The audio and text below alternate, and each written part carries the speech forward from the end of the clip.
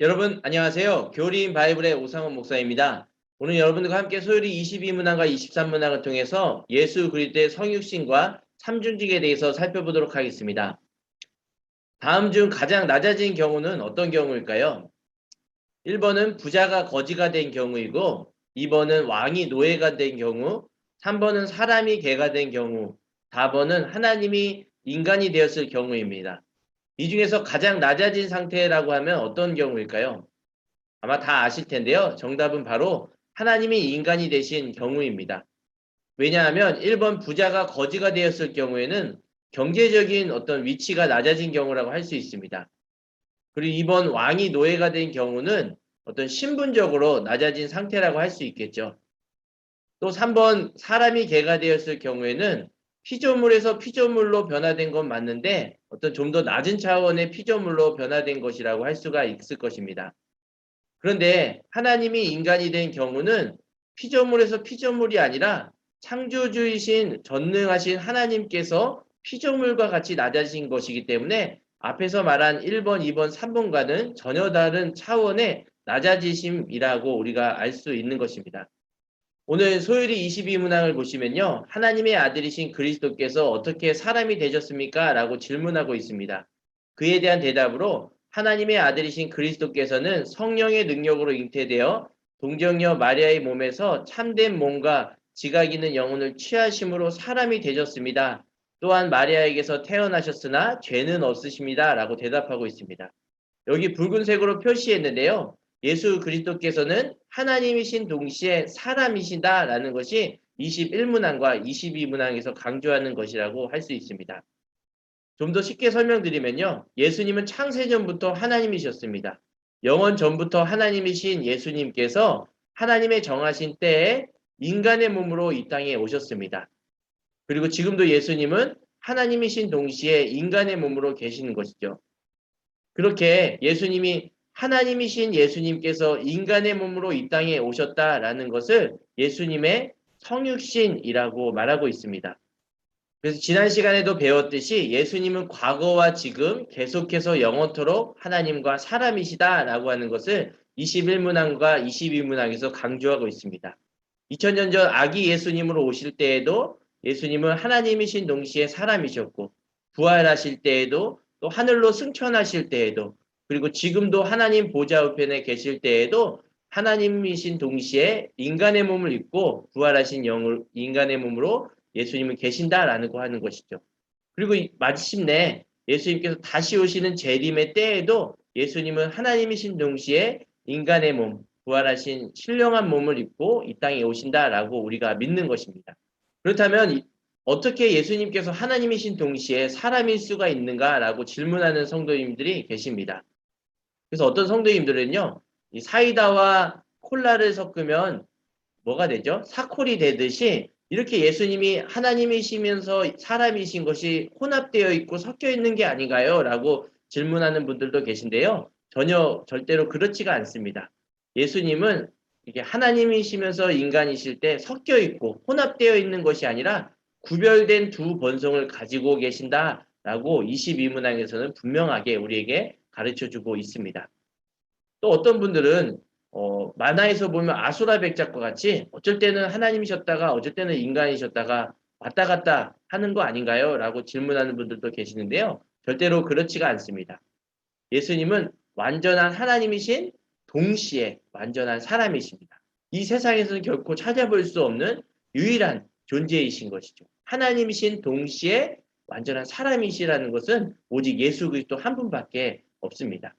이렇게 창세전부터 하나님이신 예수님은 신성을 그대로 보존하시면서 이 땅에 완전한 인간으로 오시고 아기 예수님으로 태어나셨습니다. 이러한 것을 더 자세히 설명해 주는 것이 바로 웨스트민스터 대요리문답인데요. 웨스트민스터 대요리문답 38문항에는 왜 중보자가 반드시 하나님이어야 하는가라고 질문하고 있습니다. 그에 대한 대답으로 중보자가 반드시 하나님이어야 할 이유는 인간성을 붙들어 하나님의 무한한 진노와 사망의 권세 아래 떨어지지 않게 하시며 그의 고난과 순종과 중보의 기도에 가치와 효력을 부여하셔서 하나님의 공의를 만족시키기 위함이다라고 대답하고 있습니다. 또 웨스트민스터 대요리문답 39문항에는요. 왜 그렇다면 중보자가 반드시 사람이어야 하는가라고 또 질문하고 있는데요. 중보자가 사람이어야 하는 것은 우리의 성품을 붙들어 주시고 율법을 순종하시고 우리의 성품을 잊고 우리를 위해 고난 받으시고 대신 간구하시며 우리의 연약을 채울하시기 위함이었다. 그리하여 우리로 하여금 양자의 명분을 받고 위로를 받으며 보좌 앞에 담대히 나아가게 하시기 위함이었다라고 대답하고 있습니다. 그래서 완전한 하나님이신 동시에 완전한 사람인 예수님께서 하나님과 사람 사이를 이어줄 수 있는 유일하고 완전하고 영원한 중보자가 되실 수가 있는 것입니다. 이 중보자라는 것은 양쪽 편을 다 알고 양쪽 편을 다 대변해 줄 수 있는 위치에 있는 사람을 가리키는데요. 하나님이신 예수님께서는 우리에게 하나님의 본성과 성품과 특성이 어떤 것인지 또 하나님의 말씀과 뜻이 무엇인지를 우리에게 가르쳐 주시고 계시해 주고 계십니다. 또 예수님은 완전한 인간의 몸으로 오셨기 때문에 우리의 연약함, 우리의 약함을 아시고 하나님께 우리를 위해서 중보기도 하고 계신다라는 것입니다. 그래서 완전한 하나님이신 동시에 완전한 인간이신 예수님만이 하나님과 우리 사이에 영원하고 완전하고 유일한 중보자가 될 수 있다는 것을 꼭 기억하시기 바랍니다.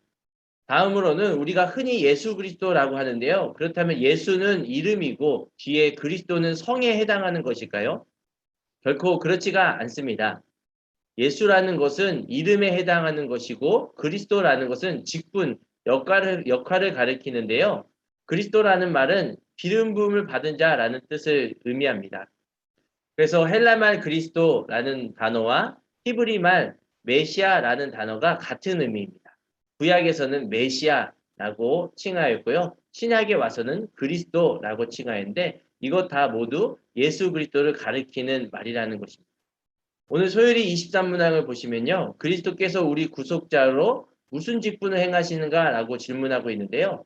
그리스도께서 우리의 구속자로 선지자와 제사장과 왕의 직분을 행하시되 낮아지시고 높아지신 두 지위에서 하신다라고 대답하고 있습니다. 구약시대 때에는 세 종류의 사람들에게 하나님께서는 특별히 기름을 부어서 다른 사람과 구별하여서 세웠습니다. 그 세 종류의 사람이 어떤 사람이었냐면 선지자, 제사장, 왕이었습니다. 하나님께서는 이 세 사람에게는 특별히 내가 다른 사람과는 달리 구별하여 내가 택한 사람이다라는 것을 보여주기 위해 기름을 부어서 세우셨습니다. 첫 번째 선지자의 직분은 하나님의 말씀을 깨닫게 해주고 옳은 길로 나아가도록 인도해주는 역할을 합니다. 그래서 하나님께서는 선지자의 직분을 세울 때에도 기름을 부어서 세우신 것이죠. 두 번째 제사장 직분도 죄인된 백성들을 하나님께 나아가게 하고 죄를 용서받게 하는 역할을 합니다. 이 제사장을 세울 때에도 하나님은 기름을 부어서 세우라고 말씀하셨습니다. 왕의 직분도 마찬가지입니다. 자기 백성, 이스라엘 백성을 보호하고 인도하고 다른 무리로부터 지키는 역할을 하는데요. 이 왕을 세울 때에도 기름을 부어서 세웠습니다. 그래서 이 표를 보시면요. 하나님께서는 구약의 사람들에게 이러한 선지자, 제사장, 왕을 세울 때 기름을 부어서 세우라고 말씀하셨는데요. 이것을 보시면 실선으로 되어 있습니다. 이 구약의 사람들은 선지자, 제사장, 왕을 이 눈으로 직접 보고 하나님이 택한 사람이구나라는 것을 이 기름을 부어 세우는 것을 보고 알았던 것이죠. 그것을 통해서 궁극적으로 하나님께서 보여주시고자 하는 것은 이 선지자, 제사장, 왕의 직분을 온전하게 행할 수 있는 메시아를 내가 보낼 것이다 라는 것을 이 구약 사람들에게 알게 하고자 했던 것입니다. 그래서 이 붉은색의 점선으로 되어 있죠. 이 구약의 사람들이 이 그리스도가 오기 전이기 때문에 예수님이 오시기 전이기 때문에 믿음으로 이러한 메시아 언약을 믿고 바라보게 하셨던 것입니다.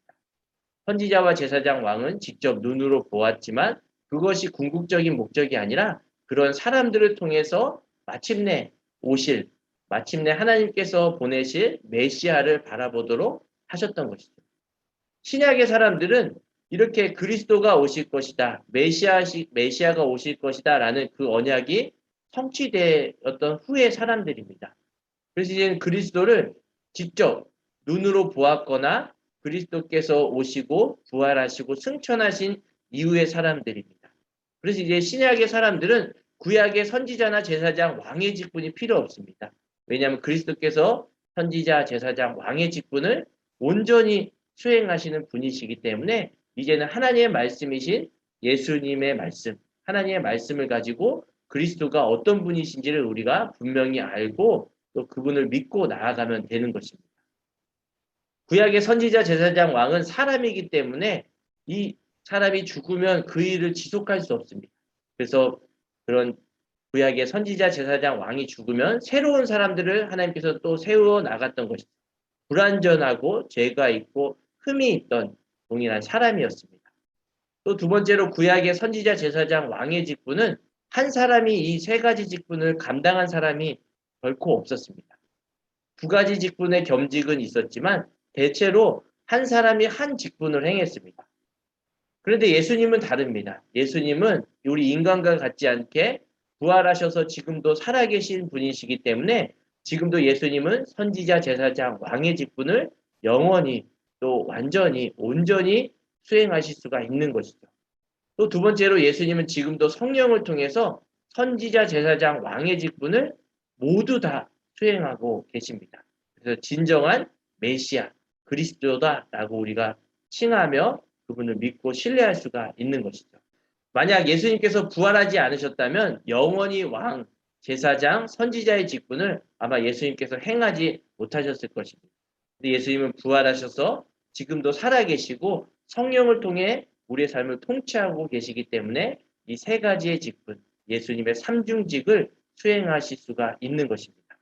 다음 빈칸을 한번 생각해 보시면 좋을 것 같아요. 예수님은 무엇이기 때문에 어리석은 우리들에게 지혜로운 하나님의 말씀을 깨닫게 도와주세요. 이 빈칸에 들어갈 말은 바로 예수님은 선지자이셔서 우리에게 하나님의 말씀을 깨닫도록 도와주시는 분이십니다.